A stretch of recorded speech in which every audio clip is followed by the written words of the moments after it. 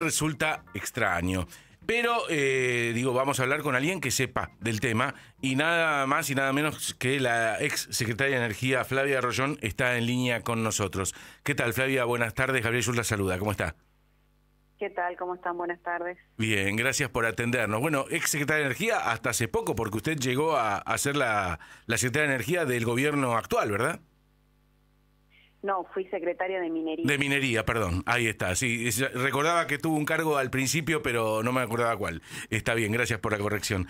Pero volviendo a la pregunta inicial, ¿qué está pasando que otra vez que hace un poco de calor, ya de vuelta empezamos a tener la espada de Damocles sobre los cortes de luz?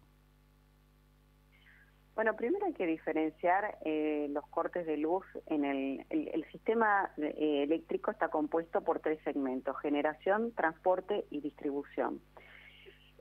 Lamentablemente, acá en Buenos Aires y en algunos otros lugares puntuales del país, hay cortes cuando hace calor en el segmento de distribución. Acá en Buenos Aires, sobre todo, lo que es Edesur. ¿Por qué? Porque, bueno, en muchos años donde faltan inversiones, entiendo que con la corrección tarifaria que se ha dado durante el año pasado, este año deberían tener mucho mejor comportamiento, reforzar cuadrillas, inversiones, etcétera, para que no haya cortes. Pero los cortes que se ven acá en Buenos Aires son fundamentalmente en el área de sur y que es el segmento de distribución. A lo largo del año, más hacia fin de año, se habló de que iba a haber cortes en el segmento de generación. ¿Esto por qué? Porque en picos de potencia el sistema argentino le falta potencia. Ya se sabía que iba a salir de una parte obsoleta del sistema, ciertas máquinas que ya están obsoletas, y para eso en mi gestión llevamos adelante lo que fue una licitación de incorporación de lo que se llama generación térmica para los próximos años, que esta licitación, llegó a hacerse la licitación, la adjudicación, después se dejó a esta gestión la firma de los contratos y en el mes de julio decidió de dar de baja estos contratos y aún no ha planteado un mecanismo alternativo.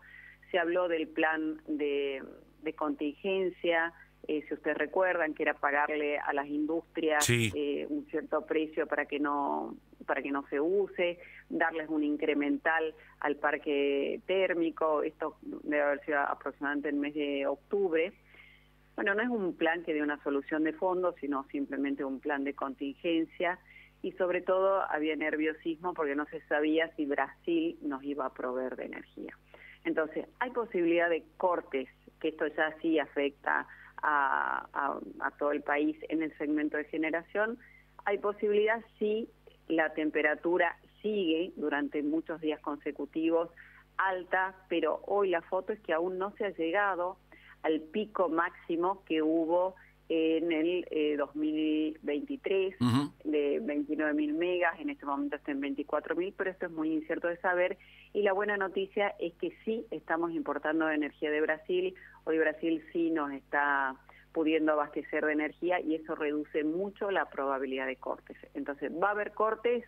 No se sabe, todo depende del clima, cómo vaya evolucionando, pero tenemos la buena noticia de que Brasil sí nos está pudiendo enviar energía y eso reduce mucho la probabilidad de los cortes en el segmento de generación. En el segmento de distribución, todo depende de cómo Edesur haya preparado su plan verano, ¿no? Ahí, Flavia, quería ir porque usted estuvo sentada en esa silla, que es literalmente la silla eléctrica, la de la Secretaría de Energía, y le pregunto hasta qué punto usted en ese cargo podía insistir con las famosas obras que nunca se hicieron en algún punto, porque las empresas energéticas decían los subsidios no cubren los costos, con la tarifa no podemos obtener lo que necesitamos para empezar a invertir. Y este verso, yo por lo menos, lo vengo escuchando desde hace 20 años. Usted que estuvo ahí, ¿cuánto de cierto hay en eso? Y ahora, con este, entre comillas, sinceramiento de tarifas, ¿hasta dónde les va a llegar esa excusa a las empresas energéticas? Bueno, hay una parcialidad en esa afirmación.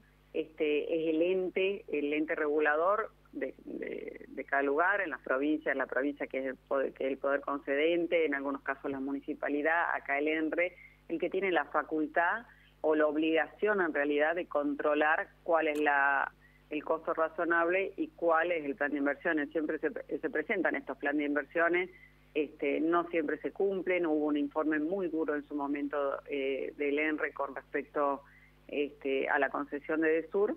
Y bueno, este año hemos tenido un ajuste tarifario en favor del sector privado más que importante, tanto en los segmentos de generación como en el segmento de transporte y distribución, que esto debería de revertirse. Ahora, las inversiones llevan tiempo. Y hay un segmento, que es el segmento que no hablamos todavía, que es el segmento del transporte, que es un segmento donde hace muchos años, en realidad en mi gestión sí logramos terminar líneas de alta tensión, aproximadamente 800 kilómetros, después de por lo menos 6 años que se hicieron a lo sumo 8 kilómetros, y es un segmento, un eslabón más invisible si se quiere, pero que es clave para el funcionamiento del sistema, es como la columna vertebral del sistema.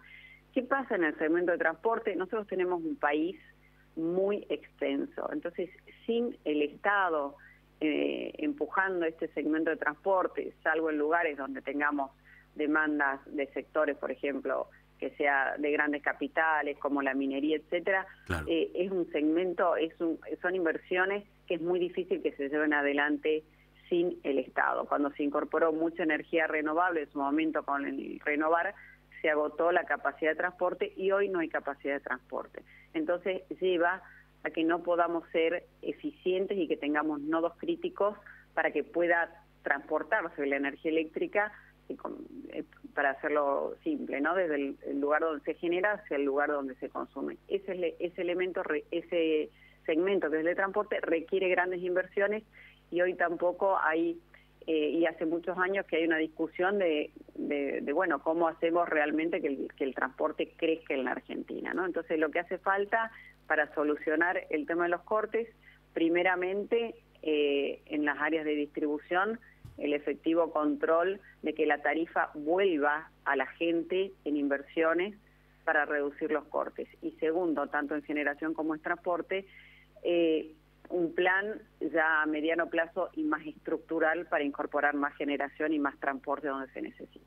Ahora, ingeniera Rollón, Flavia Rollón, quien está hablando con nosotros, ex secretaria de Energía, le pregunto, porque usted recién dijo una cosa que en invierno, cuando estábamos con el mismo problema que ahora, pero con el gas, tuvimos que salir a buscar rápidamente barcos que trajeran energía de Brasil. Ahora nos pasa lo mismo, pero con la energía eléctrica. Le pregunto, ¿cuánto pierde el Estado por no llevar adelante esas obras públicas que se interrumpieron y gastándolo en importación de energía? ¿No es peor importar energía que producirla nosotros, más allá del costo de la obra pública? Bueno, vamos a diferenciar el gas de energía eléctrica. En energía eléctrica es usual las operaciones de intercambio de energía con los países vecinos. Muchas veces es más económico, y de hecho ahora es más económico, importar energía de Brasil, que es una energía que se genera hidroeléctrica, entonces más barata, que generarla nosotros con combustibles líquidos. Entiendo. Entonces, esto es usual. En el caso del gas, sí, es más caro importarlo y traer el GNL que terminar las obras. De hecho, el gasoducto que se llamaba Néstor Kirchner, posteriormente se le cambió el nombre, ya se repagó y está produciendo ahorros importantísimos. Hoy, inclusive con estos picos de demanda, no se está usando generación con combustibles líquidos, gasoil, fuel oil, que es muchísimo más cara. Entonces se ahorra miles de millones de dólares por tener el gasoducto. Ahora esta gestión, que al principio dijo, bueno, se va a paralizar la obra pública, después entendió lo importante y lo estratégico que era terminar las plantas compresoras y hacer la reversión del gasoducto. Así que te diré que ahí hubo una posición discursiva en un principio, pero después en la práctica se entendió de que el Estado tenía que terminar estas obras y es lo que está sucediendo para bien de todos los argentinos, ¿no? Terminar estas obras porque en materia de gas son ahorros de miles de millones de dólares y la obra se paga sola, y además ahorramos divisas. La balanza energética positiva y este cambio estructural que ven los mercados, que Argentina pasó de tener una balanza energética negativa en 4.000 millones de dólares a tener el año pasado una balanza positiva en 5.200 millones de dólares, es el gasoducto y refuerza la macroeconomía y este plan de estabilización de la energía de nuestro país. Así que claramente en gas es clave, pero en energía eléctrica es muy usual los intercambios de energía eléctrica con los países vecinos y no significa necesariamente un extra costo. Y de hecho la importación de energía de Brasil en este momento es lo que está ayudando a que no tengamos cortes a nivel de generación y tengamos un despacho económico, ¿no? ¿Y cuánto tiene que ver este superávit energético al que usted se refiere con la capacidad industrial que está a menos del 50%? Digo, porque no es lo mismo un país con una industria funcionando a full que con lo que está ahora. ¿No es también una de las causas de este superávit energético? Sí, por supuesto. El superávit energético, bueno, tiene tres causas. La más importante es el tema del gasoducto, pero también la baja de actividad, que también demandó menos energía, y también una caída en el consumo de combustible, que también hizo de que se requiera importar menos combustibles líquidos, ¿no? Entonces esa balanza energética están jugando estas tres cuestiones, pero te diré que la más gravitante fue haber llevado adelante el gasoducto y que llegue este año terminado, y el año que viene va a ser, se estima que la balanza va a ser positiva ya en el orden de los 8.000 millones de dólares, porque ya está la reversión terminada antes del invierno, ya no va a hacer falta importar desde Brasil, entonces esto va a ser cada vez más positivo y más importante para la Argentina. Ingeniera, lo último que le quiero preguntar es, yendo un poquito a la historia, ¿qué fue lo que la llevó a aceptar en su momento la Secretaría de Minería de este gobierno y qué la llevó a renunciar? Primero, que en estos sectores como el energético o el minero, y sobre todo el minero, es un sector que requiere políticas a largo plazo. Para mi provincia, yo soy de Salta, y para las provincias mineras es fundamental que todo el país mire la minería. Hoy la minería, nosotros tenemos un país con provincias mineras, pero no tenemos un país minero. La minería es un sector que tiene que ser estratégico para el desarrollo de la Argentina y que prácticamente en muy pocas oportunidades tuvo una mirada desde el gobierno central, y que el común de los argentinos nos acostumbremos a hablar de minería y de lo que puede hacer para el desarrollo de nuestro país. Así que primero como salteña, y segundo porque realmente es un sector que con políticas públicas adecuadas va a impulsar y va a ser gravitante en el desarrollo de la Argentina, consideré que podía aportar en este sentido y por eso acepté. Y mi renuncia se produjo en la discusión de la ley bases. Los diputados de Salta en su momento no acompañaron la ley bases, y bueno, y se consideró de que por cuestiones políticas no podía permanecer en el puesto, pero de nuevo, los cargos del Ejecutivo son cargos que dispone el presidente.